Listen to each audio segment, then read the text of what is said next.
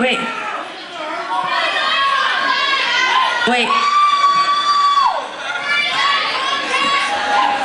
What are you screaming at the top of your lungs? What are you saying? I'm sorry. No, you can't all scream. Just the one lunatic who keeps screaming. What are you saying? Are you in trouble?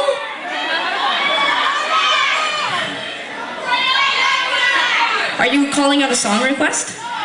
No. What are you saying? I can't hear you. You're just as annoying. I can't hear you. I know, you. but it's like there's 1,000 people here. I know. Okay, well, to the person who's screaming, hi. Stop it now. You have free reign to scream during the song and after the song. But now I'm going to tell you a little story. This tiny little story. When I was, I'm going to tell it to you though, just to make you feel better, because I can't understand you. It's the Canadian in me. I know, I see you, I know. Okay, so,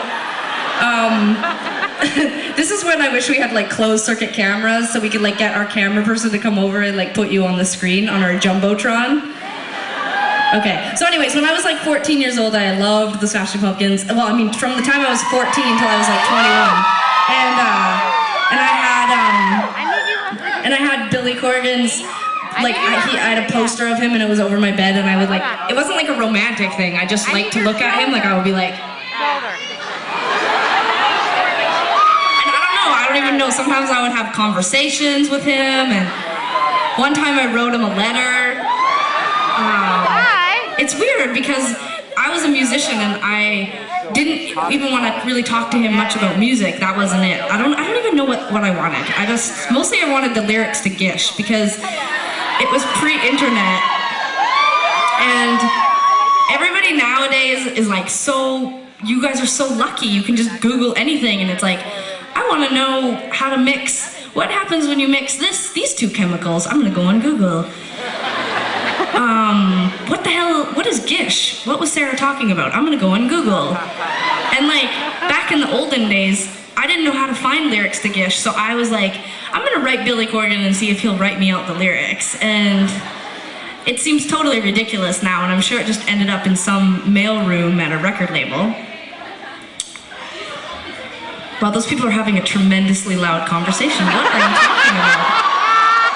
What is happening? I just had a conversation with a friend recently, and she told me that people go to concerts for different reasons, and some people go just to drink and talk, and that we shouldn't take offense. We should just let them talk. Okay. And that no.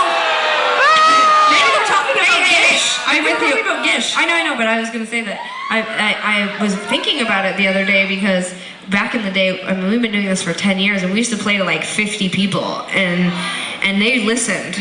Because if they didn't, Sarah would go off the stage and be like, hello, why aren't you listening? And as the shows get bigger and we get richer, just kidding, as the shows get bigger, I'm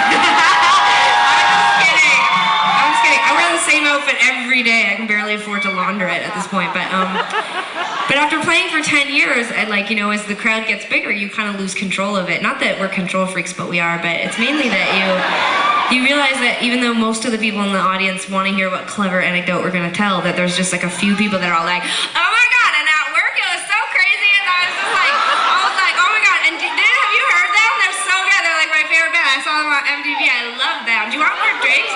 Why are all these people singing around us? It's so annoying, I can't hear anything that you're saying.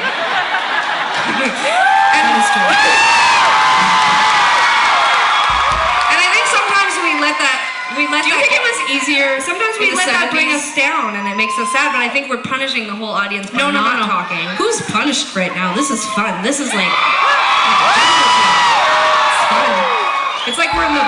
It's like our moms let us off in the ballroom. This is wicked. This is a good time. Do you think it was easier in the 70s to go to a concert because everyone was on acid, and so people forgot how to speak? Like they were like... Okay. There's so many young people in the audience. Sarah and I are so old. We're so old we don't even drink anymore. But there's a lot of young people in the audience. By a show of applause, do people still do acid? Yeah. But most of you are on meth right now, though, right? Like that's the dream, right? Yeah. Okay. the tables are turning. We're just yanking your chain. Yanking your chains. Okay.